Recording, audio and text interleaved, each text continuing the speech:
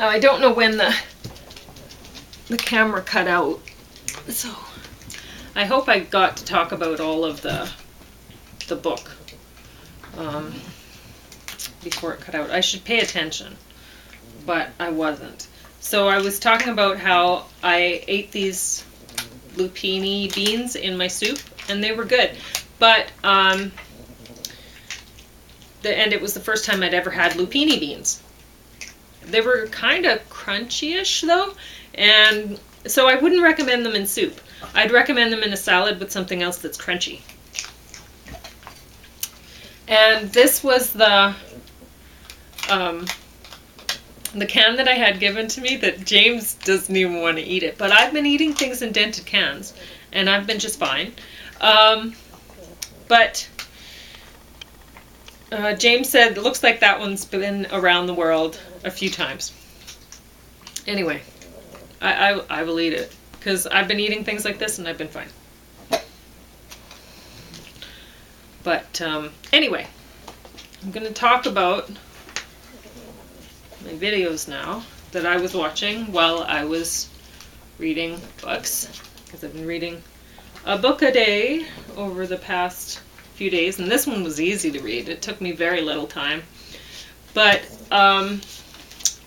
anyway, I put them from worst to best again.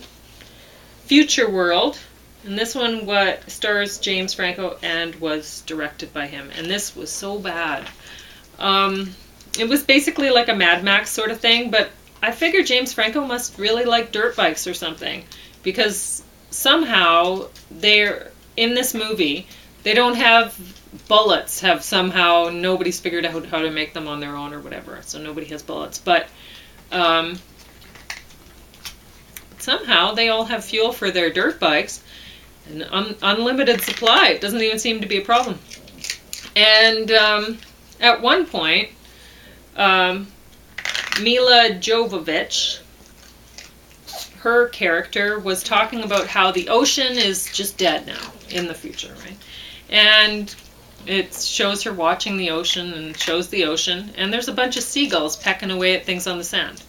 Well, if the ocean was dead, there wouldn't be seagulls pecking away at the sand now, would there? So they really didn't, I don't think they even tried when they were making this movie. It's just bad. Born to Kill. And this one was 192 minutes. And it wasn't good. Anyway, it BBC-ish? Yep, BBC. So, I didn't care for it. Bayou Caviar had a lot of big names in it, but or at least a few. It wasn't good. It honestly, what did I write about this one? It was something like, oh yeah, it's like there's a sex tape and this and that, and I don't know. It was really it was boring, honestly. Even there was a scene where somebody got murdered and fed to some crocodiles, or I guess alligators, I don't know. And that was somehow boring. So they managed to make it boring, and it shouldn't have been. I mean, if I'm thinking about the plot, it should have been exciting, but it was not at all. So they really blew that one. Containment. This one was good. I'll see if I have my notes here, because I should actually read. Oh gosh. Oh, there we go. I should read my notes from this one. There was a self-proclaimed good salesman telling us about how he sold people in New Mexico into becoming a nuclear waste storage location. The workers are shown getting waste ready for burial. Are they wrapping the drums in saran wrap? That'll stop leakage, I'm sure. The containment sites need to be effective for 240,000 years before the plutonium is safe. It's not realistic. Sending the waste away in rockets won't work, since if rockets didn't make it out of the atmosphere, the waste would end up back on Earth, polluting a large area. 60,000 metric tons of spent fuel at nuclear power plants throughout U.S. They are kept in suspended pools and are very susceptible to accident or terrorist attacks. They show a lot of clips from Japan, as they, Japanese, recently had a disaster with a nuclear power plant. There is no way to ensure waste won't leak into atmosphere. February 14, 2014, a waste tank underground burst at WIPP, the nuclear waste burial location in New Mexico. Trace amounts of plutonium and americium or something leaked into atmosphere. $300 million cost for recovery at WIPP site, and WIPP has stopped burying waste. You can't detect radiation with human senses. It's a great documentary. This, I didn't even really, I've thought a little bit about nuclear waste, but I had no idea what kind of half-life it had, and honestly, this taught me a lot. I really didn't, how they always say the not in my backyard thing, and you hear about this, the nuclear waste being shipped to places like New Mexico or whatever, and stored there from, so other people have benefited from the power, and then different people are having to take the risk. And honestly, it's, like in this documentary, there were some people that were saying things like, it started out that the people who were interviewed were trying to say, oh, nuclear power, this is great. We have a place to bury it safely and this and that. And then at the end, you find out they didn't have a place to bury it safely because here it leaked like pretty quickly from when they put it there. And then, so is it going to be safe for 240,000 years? No. Why would you think that? It's not even safe for a few years there, right? So, very powerful documentary. Just showing us that, letting us figure it out for ourselves, right?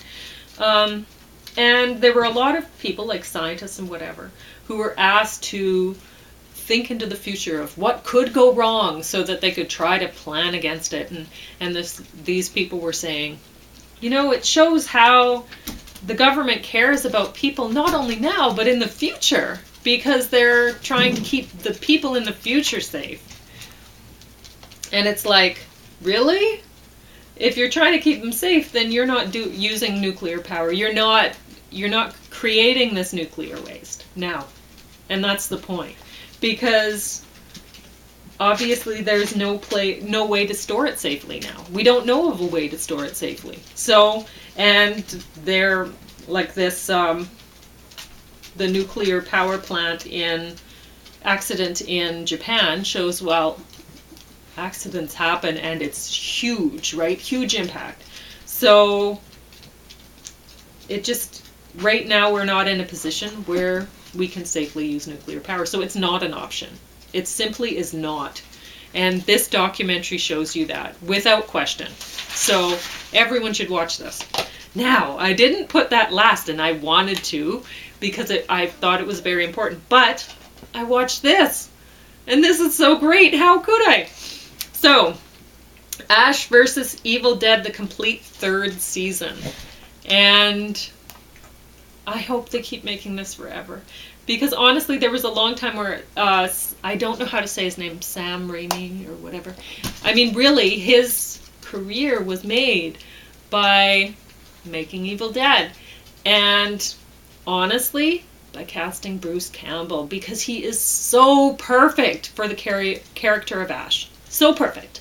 So, and really, it's been hard to follow Bruce Campbell's career because he's had some not so good roles and stuff like that he's played over the while. So, and he's not an actor. He's a total ham actor because he wasn't trained as such, as I recall. Like, I'd looked into it years ago. I don't know, 20 years ago, when the Evil Dead stuff was out. And I think his, like, was a long time ago when I looked into it. So you want to look this up if you care. But I think it was something like Sam Raimi did Evil Dead when he was like, it was like a film project when he was in school, I think. And if I remember correctly, Bruce Campbell was another student, but he was not an acting student. He was a different kind of student, and I think it was economics or something. So something completely unrelated. But he was so perfect for the part. And I wouldn't necessarily recommend, unless you watch it and you're like this show and you're like, oh, that's so good. But I wouldn't necessarily recommend watching Evil Dead first. I would, however, recommend watching Army of Darkness, which, as I recall, is Evil Dead 3. But it's called Army of Darkness. So, you still have the character of Ash, but there's a lot more comedy involved in Army of Darkness than there was in the Evil Dead. In the Evil Dead, the comedy was really inadvertent. Because they were trying to make horror movies. And then Army of Darkness, it became more comedy. And so, as far as I'm concerned, this stuff is the best horror ever made. And Ash is the best hero. He's so awesome. And my ex-boyfriend just loved the character. So I feel bad that my ex-boyfriend died and wasn't able to see this. Because it's so great. And he would have loved it. So I don't know if he ever got to see Ash vs. Evil Dead, the complete third season. And he won't get to see the fourth and all that because now he's dead. But my ex would... One thing that was really charming about him, or that I loved, he had a good sense of humor. And he was constantly quoting the one-liners from Army of Darkness. They're so good. And they keep coming up with them for this series. It's great. So even if you just want to study this to write down the funny things so that you can quote Ash, because he's full of funny comments. So I'd highly recommend this. This was 278 minutes long, and I put it on hold. I renewed it the second, or this, I renewed it. It would have been due in a couple days or whatever, but I want to make sure that James watches it because he loves it too. And I will be watching this the second time all the way through. And I have to admit, I did not read while I was watching this. I just watched this. I did not cook. I did not do anything. I just watched this because it's that good, and probably the second time around, I will just watch this because it's worth it. So how many TV shows do I actually watch? Not many. But this one, worth watching twice. So definitely borrow this from your local public library. So good. Oh, I shouldn't sit like that. It really hurts.